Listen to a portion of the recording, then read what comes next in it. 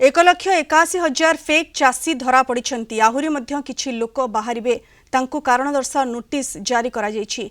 समवाय मंत्री प्रदीप बल सामंत प्रतिक्रिया रखिछंती। कोन पई एमिति मिछ चाष नारे पंजीकरण करी सरकारी राजस्व लूट करूछंती तांकोठु उत्तर आसिबा परे अंडरटेकिंग लिखिबा सह वर्षक पई धान किणा प्रक्रिया बाद दिया जिवो।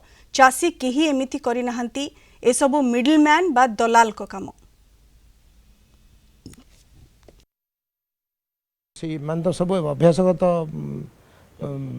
कर्मा लोक ना गत सरकार कर लोक सब ये भारतीय जनता पार्टी लोक करें भारतीय जनता पार्टी जो मैंने समर्थक से सब राष्ट्रवादी सब बीजेपी लोक काम करें ये सब से काम आम लोग करें कारण आम देश गठन लगी राष्ट्रवादी जे हम से बीजेपी समर्थन करें नहीं तो मार्कामरा सब जना पड़ी आहरी पंजीकरण होची इनक्वारी हम आहरी किसी बढ़ी पारे नहीं ये देखिए भावित कि आउ किसी न करी पारंती टंका नहीं माने भी प्रधानमंत्री आवास घर भी नहीं भत्ता भी 30 वर्ष 35 वर्ष कर नहीं प्राय बर्तमान सब भत्ता इनक्वारी करा बहु भत्ता बर्तमान कटिलानी से केते बाटे जाऊँ ना जाऊ आम तीक्ष्ण नजर रखीछु।